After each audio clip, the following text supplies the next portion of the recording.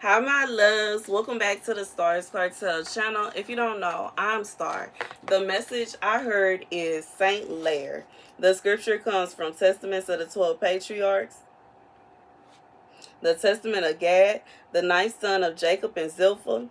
2 and 1. I now confess my sin, my children, that oftentimes I wish to take him out of here because I hated him from my heart. Moreover, I hated him even more for his dreams, and I wished to lick him out of the land of the living, even as an ox licks up the grass of the field. God said for somebody, it's like there's some people that really hate you. Like they really have a lot of hate in their heart towards you, to such an extent that they don't want you to be in the land of the living. They feel as though your existence bothers them. You literally just existing and doing what God has commanded you to do is a bother to them. You literally just be minding your own business. For some of you, these may even be people that you love. Just as Gad here, who was Joseph's brother, is confessing to his children how he hated his own brother to this extent. That's sick. But for somebody, you have to deal with that. There are people that are in your life that you love with all your heart, and they hate you with all theirs. God said that he is going to create a place for you where you ain't even going to have to worry about that. You know what I'm saying? And I'm thinking about how, if you think about Joseph's story, they really thought they were destroying him. They really thought they were getting rid of him. They thought they were cleansing their hands, you know what I'm saying? Cleansing their hands of him. But what they didn't know is that in that exact moment that they thought they was getting rid of him, God was allowing him to be molded so that he could be risen up to a place where could nobody touch him.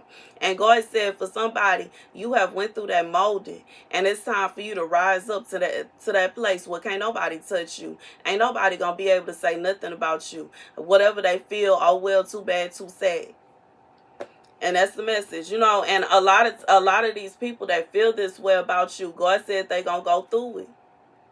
Just as his brothers got to a point, they went through life thinking that they got one up on him. They went through life thinking they finally did it. Yes, they finally got him. They were so happy.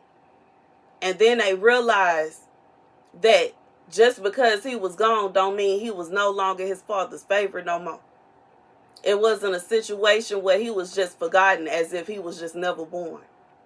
But it was more of a situation where the dad, I feel like his father's energy was so strong that everybody felt how he felt. And they thought that if they would just get rid of him, if he just didn't exist anymore, then maybe somebody else could fit in that position. But that's not what happened. And then on top of that, it got to a point to where they needed him. Imagine that.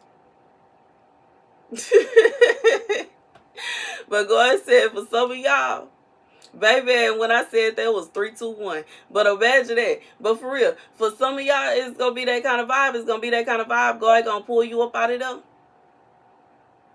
And there's going to be some people that's going to be celebrating. They're going to be like, yes, I'm so excited. I did this. We did this. We did that. Whatever.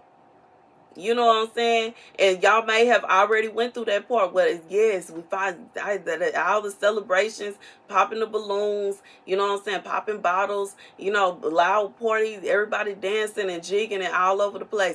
Baby, God says it's going to come a time where they're going to be like, dang, I need them. I need them. I need them. I need them now. And it's going to be something nobody else could do but you. Nobody else could help but you. Nobody else will be able to do this for them but you. That time is going to come. But God said for somebody, you have went through the pruning. You have went through the molding, and he is getting ready to raise you up. And he raising you up.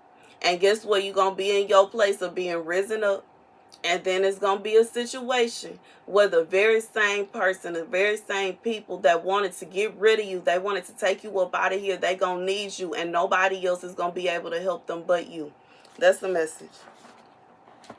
And in the midst of it, in the midst of you helping them, they are going to remember how they wanted to get rid of you. And it's going to eat them up. It's going to eat them up. Because they ain't going to be able to do nothing but think to themselves, dang, if I would have got rid of them, where would I be? If I would have got rid of them, then what? That's the message, you know what I'm saying? You got to be more careful, you know what I'm saying? Some people don't even realize that it don't be nothing but the devil using them to be hate, like and allowing them to have hate and anger and envy and all kind of other ungodly feelings towards somebody that don't have nothing but love for them. Some of these people should be ashamed of themselves for having those kind of feelings towards you. But it's okay. God said they gonna feel it. When that time come where they need you and ain't nobody else gonna be able to do what you can do, baby.